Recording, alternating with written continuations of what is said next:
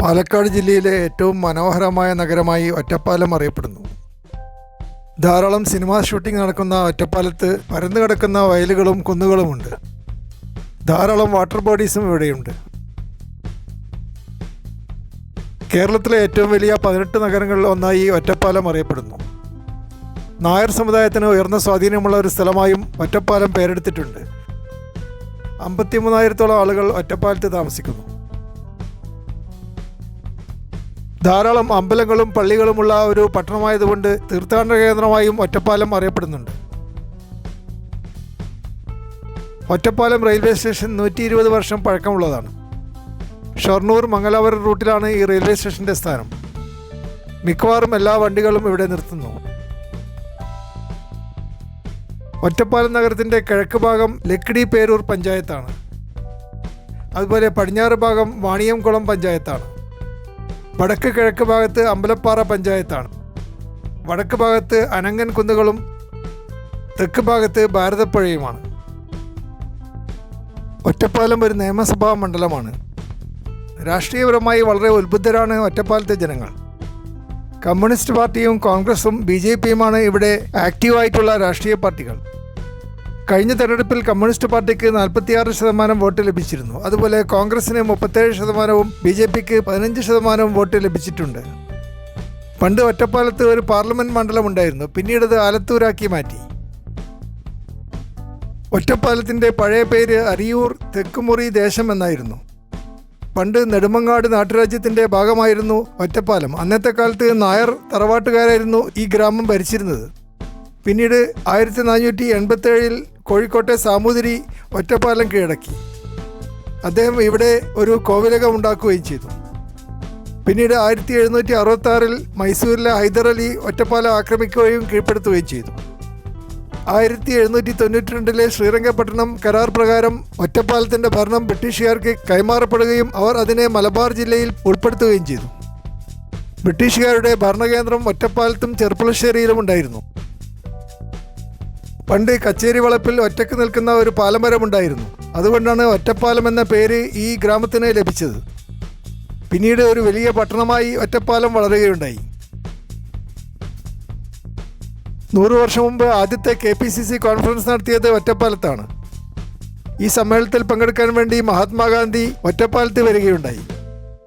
ഗാന്ധിയുടെ ആദ്യത്തെ കേരള സന്ദർശനമായിരുന്നു അത്.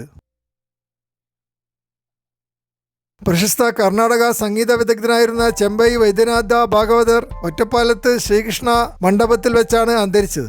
ഇപ്പോൾ ആ പ്രദേശം ചെമ്പൈ നഗർ എന്ന് അറിയപ്പെടുന്നുണ്ട്. വിദ്യാഭ്യാസപരമായി വളരെ ഉയർന്നു നിൽക്കുന്നവരാണ് ഒറ്റപ്പാലം സ്വദേശികൾ. NSS KPT സ്കൂൾ 100 വർഷം പഴക്കമുള്ളതാണ്. ഒറ്റപ്പാലത്തെ ഏറ്റവും വലിയ വിദ്യാലയവും NSS KPT സ്കൂൾ തന്നെയാണ്. അതുപോലെ NSS കോളേജ് 63 വർഷം പഴക്കമുള്ളതാണ്. MA English, MSc physics, mathematics, computer science എന്നീ കോഴ്സുകൾ ഈ കോളേജ് ഓഫർ ചെയ്യുന്നു. അതുപോലെ കേന്ദ്രീയ വിദ്യാലയവും ഇവിടെയുണ്ട്. LSN കോൺവെന്റ് സ്കൂളും അറിയപ്പെടുന്ന ഒരു വിദ്യാലയമാണ്. NSS B.Ed കോളേജും ഇവിടെയുണ്ട്. ഗവൺമെൻറ് ഹയർ സെക്കൻഡറി സ്കൂൾ ഈസ്റ്റും സെവൻത് ഡേ അഡ്വൻറ്റിസ്റ്റ് സ്കൂളും ഇവിടെയുണ്ട്. വേങ്ങശ്ശേരിയിൽ NSS ഹൈസ്കൂളും UP സ്കൂളുമുണ്ട്. കേന്ദ്ര ഗവൺമെൻറ് ഇവിടെ ഒരു ഡിഫൻസ് പാർക്ക് സ്ഥാപിച്ചിട്ടുണ്ട്. കിൻഫ്ര ഇൻഡസ്ട്രിയൽ പാർക്ക് എന്നാണ് ഇത് അറിയപ്പെടുന്നത്. ഇന്ത്യ ഗവൺമെൻറ്റിൽ ഉന്നത സ്ഥാനങ്ങളിൽ സേവനമനുഷ്ഠിച്ചിട്ടുള്ള പല പ്രശസ്ത വ്യക്തികളും ഒറ്റപ്പാലം സ്വദേശികളാണ്. ഇന്ത്യ ഗവൺമെൻറ്റിൻ്റെ സയൻസ് ആൻഡ് ടെക്നോളജി അഡ്വൈസറായിരുന്ന MGK മേനോൻ ഒറ്റപ്പാലം സ്വദേശിയാണ്. അദ്ദേഹം ടാറ്റ ഇൻസ്റ്റിറ്റ്യൂട്ടിൻ്റെ സ്ഥാപനത്തിൽ വലിയ പങ്ക് വഹിച്ചിട്ടുണ്ട്. അതുപോലെ സർദാർ വല്ലഭായ് പട്ടേലിൻ്റെ സെക്രട്ടറി ആയിരുന്ന VP മേനോൻ ഇന്ത്യയുടെ വിഭജനത്തിലും അക്കാലത്തെ രാഷ്ട്രീയ തീരുമാനങ്ങളിലും വലിയ പങ്ക് വഹിച്ചിരുന്നു. നെഹ്റുവിൻ്റെ അടുത്ത സുഹൃത്തായിരുന്നു ശ്രീ VP മേനോൻ. അതുപോലെ MK നാരായണൻ IPS ഉദ്യോഗസ്ഥനായിരുന്നു. നാഷണൽ സെക്യൂരിറ്റി അഡ്വൈസറായി സേവനമനുഷ്ഠിച്ചിട്ടുണ്ട്. പശ്ചിമ ബംഗാൾ ഗവർണർ കൂടിയായിരുന്ന MK നാരായണന് പത്മശ്രീ സ്ഥാനം ലഭിച്ചിട്ടുണ്ട്. അതുപോലെ C Venkataraman Sundaram chemical metrologist ആയിരുന്നു കൽപ്പാക്കത്ത്. അദ്ദേഹത്തിന് പത്മവിഭൂഷൺ സ്ഥാനം ലഭിച്ചിട്ടുണ്ട്. പ്രശസ്ത തമിഴ് സിനിമാ സംവിധായകനായ ഗൗതം വാസുദേവ മേനോൻ ഒറ്റപ്പാലം സ്വദേശിയാണ്. 2 ദേശീയ അവാർഡുകൾ അദ്ദേഹത്തിന് ലഭിച്ചിട്ടുണ്ട്. അതുപോലെ മലയാളം സിനിമാ സംവിധായകനായ ലാൽ ജോസ് ഒറ്റപ്പാലം സ്വദേശിയാണ്. ഒരു മരവത്തൂർ കനവ്, മീശമാധവൻ, അറബിക്കഥ, വിക്രമാദിത്യൻ തുടങ്ങിയ സിനിമകൾ സംവിധാനം ചെയ്തിട്ടുണ്ട്. അതുപോലെ അനിൽ രാധാകൃഷ്ണ മേനോൻ മലയാള സിനിമാ സംവിധായകനാണ്, ഒറ്റപ്പാലം സ്വദേശിയാണ്.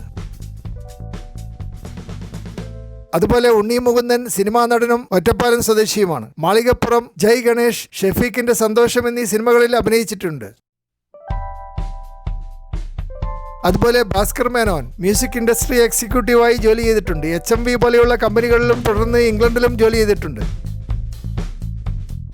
ധാരാളം സിനിമാ ഷൂട്ടിംഗ് നടക്കുന്നതുകൊണ്ടും ടൂറിസ്റ്റുകൾ എപ്പോഴും വരുന്നതുകൊണ്ടും ഒറ്റപ്പാലത്ത് മികച്ച ലോഡ്ജുകളും ഉണ്ടാക്കിയിട്ടുണ്ട്. അരമന ഹോട്ടൽ റെയിൽവേ റോഡിലാണ്. 2400 രൂപയ്ക്ക് മുറികൾ കൊടുക്കുന്നു.